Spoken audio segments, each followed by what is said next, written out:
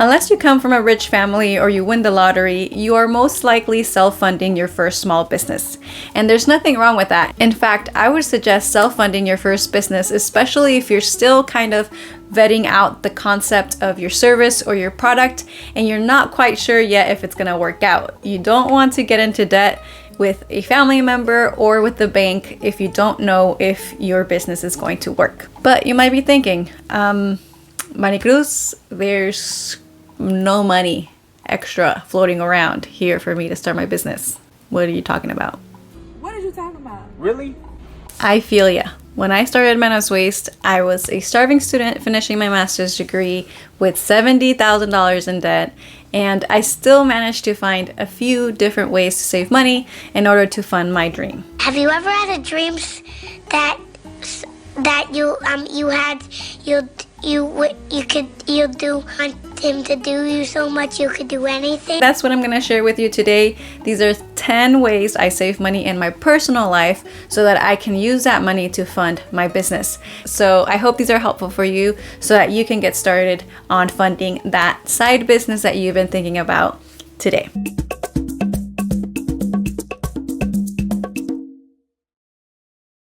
Hola, ¿qué tal? ¿Cómo estás? My name is Maricruz. I'm an engineer, entrepreneur, and environmentalist, but in this channel, I'm your small business coach. We're gonna jump right into these 10 ways to save money because there's 10 of them and that's gonna take a while and I don't want this video to be way too long. So let's jump right in. First tip is to use Imperfect Foods or your local CSA box. So this all has to do with food. We all have to eat, and that's probably my biggest expense. I don't really limit myself when it comes to food because I want to be healthy and I want to be well nurtured in order to be able to do all these things that I do. So Imperfect Foods has been a huge game changer. If you haven't heard of them, their logo looks like this. You maybe have seen it in an Instagram ad or something, or maybe that's just my algorithm. But if you haven't seen them, they're a business that works with grocery stores and farmers to reduce food waste from going to the landfill. So it's both produce and pantry essentials, and they basically take anything that has cosmetic damage that's not good enough for grocery stores, or maybe there's a surplus of a certain food and they take that and resell it to you in order to make this perfectly edible food available at cheaper prices, and it also saves them from going to the landfill. So it's really a win-win. The food is perfectly fine. It's just maybe you'll get like a two-legged carrot or maybe like a really small potato versus like the big ones. It's really completely edible, really yummy, delicious food. You can get organic food on there as well, and for a lower price. So I've saved tons of money using Imperfect Foods, and it gets delivered right to your door. So it's really a win-win situation. I believe if you use my link, you'll get $30 to use at Imperfect Foods. So make sure you check that out.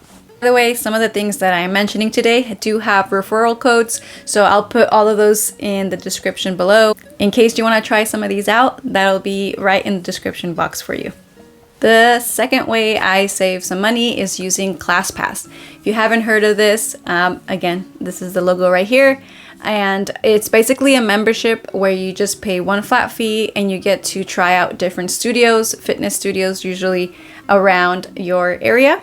So I'm in San Diego, I get to try out different yoga studios, Pilates. There's even wellness features, so like massages and saunas and things like that, all for one fee. So like there's different tiers. The lowest one is $45 a month, so it's really affordable because some Pilates classes or yoga classes are more than that just for one class. So it's a really cool way to get to experience different things as well as save money. Third way I save money is going to clothing swaps. It is crazy the amount of money people spend on clothes, especially new clothes or even thrifting. I used to thrift a lot, but honestly, I found myself spending a lot of money thrifting just for the excitement of it. And usually how it works is you show up and you bring clothes that you no longer want to wear but are still perfectly in good condition, and then you take other people's clothes that are also in really good condition and you just make a swap. It's not a direct swap. Usually there's like tables laid out with clothes, and then you put your clothes and you take whatever. Usually it's free, or you pay maybe like $5-10 for an entry. Sometimes you don't even have to bring your own clothes. You can just go shop from other people's clothes and fill up a bag, and it's just super fun. You build a lot of community, and you get to use new clothes as often as you want for no money. Notice too that this is a completely sustainable way to use new clothes, right? They're new to you, they're not actually new. So we're saving money and being sustainable at the same time. The fourth way I save money so that I can fund my small business is by shopping online. I'm talking more specifically about household products and things like that, where you need to buy them. So then I just buy them online instead, because I go with the focus of buying dish soap and laundry soap, detergent, whatever it's called, trash bags, and this saves me from impulse buying anything else that's around. Because if you've ever been to Target, they get you right in the entrance with the $1, $2, $3, $5 things. And I definitely did not need like a cute little cookie jar, but now I want one. So shopping online makes that so much easier to just go and get what you need. Grove is an all sustainable platform for all kinds of products. So you also have that benefit that you're buying something that's non-toxic and good for the planet. So I like using those kinds of platforms to save money by not impulse buying anything else. And number 5, we're halfway through. Stay with me here. Another way I save money is by using public transportation. I know here in San Diego, public transportation sucks, honestly. I'm not gonna lie. I happen to be in a good situation where I can take the train to work and ride my bike. Not everybody has that, but if you do have that available, it's a great way to save on gas and the car's wear and tear and all that stuff, and also is a much better way for your mental health to not be sitting in traffic all day, because time is money. And so that's how I also save some money, by riding the train and my bike to work. Number 6, and this is a big one. A lot of people don't think about their banking situation. I use a bank called Aspiration. They are a bank that is more sustainable than most. I don't know if you know this, but your money is not actually just sitting in a vault somewhere.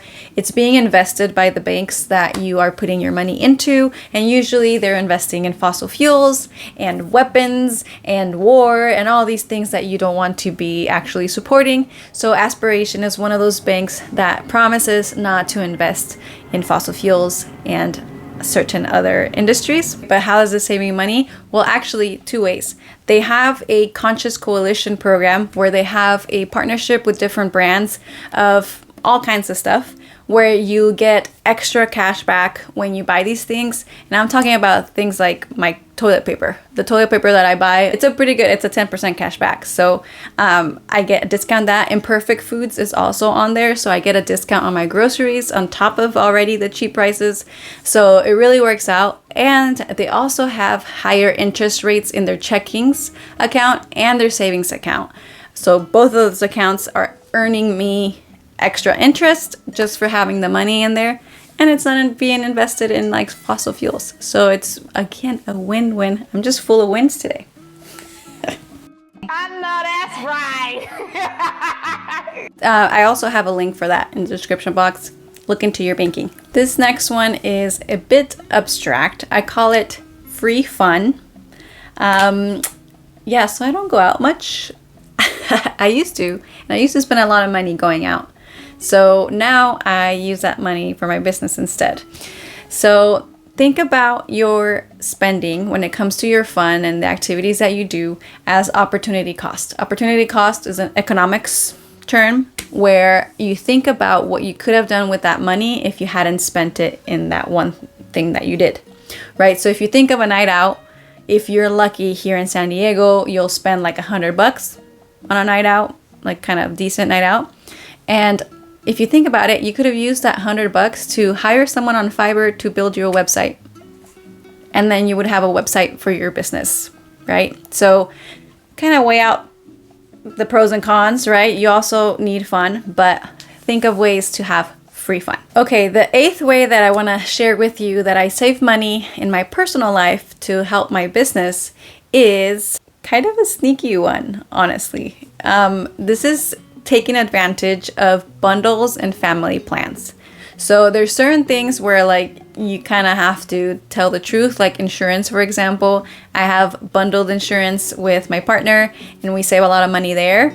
But then there's other things that you can kind of lie about a little bit.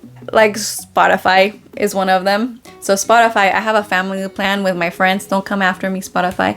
They don't live with me, but we share the same Spotify. So think of ways that you can bundle either with others or within your own things, like insurance. If you have a house, if you have a car, bundling those, they actually do end up saving you a lot of money. And the 9th way, we're almost there, is buying secondhand always, whenever possible, always.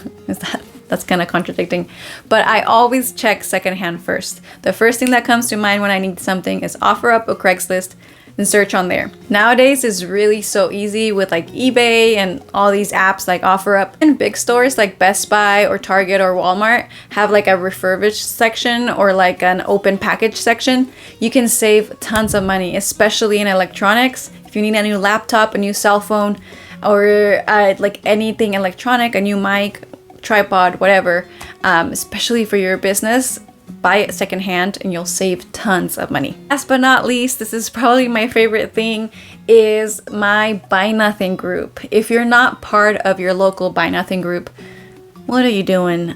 Go online right now, buynothingproject.com or .org. Search your city and your neighborhood and find out how to get into your Buy Nothing group, because it has given me so much and it's like a reciprocal relationship, because you can put stuff on there, like post it on it, and somebody can use your stuff that you don't need anymore, and then you could also ask for stuff and receive. So it's a really symbiotic relationship that's really nice. I've gotten things like my dresser from there, or a really nice shelving unit that we got. I have also gotten some plants on there, and then also useful things like my file organizer. For example, back when I was still doing products for Menos Waste, I got a bunch of little mason jars for free from my Buy Nothing group, and then I made products from it and sold it at the market, and that was a completely free thing for me. So it's not just for personal use, it could also be used for business and for little things that you don't even think about. Like we needed a certain saw for a project that we were doing, and we borrowed a saw from one of our neighbors and save that money instead of having to buy a brand new saw, right? So it really brings in your community, and it makes you like build relationships with the people around you, which is really nice too. And you never know when those things are gonna save you money in the long run, right? Or make you money if you get potential clients or things like that. So it's just always nice to make connections with your neighbors. Buy Nothing group is a great way to do that, and it saves you money. One bonus tip that I'll include here, because it's not really like tangible, is shifting your mindset, because we are often in this mindset of scarcity where we think we don't have enough money to do all the things that we want to do, but we actually do. We just need to shift our habits or use some of these tips that I've shared today in order to make that money available for something that we want to do. So that is something that is not very like, oh, I buy this thing and I save money, but it's something that's going to help you in your mind to save money really for the rest of your life. So I just wanted to include that as a bonus tip here. It's hard to know how much money these things have saved me in the past 6 years, but I really do think it's a lot, and it's been enough for me to self-fund Menos Waste as a business. So I think you should give some of these a try. I think there's a lot of money to be saved. And so if you do give it a try, please let me know in the comments. Or if you have any other money saving tips that are helpful for people to save money in their personal life, leave that down below as well. I have this video here that I made for 3 ways to save money in your business if you already have a business. So I would watch that one next. And until next week, don't forget, Poquito goes a long way.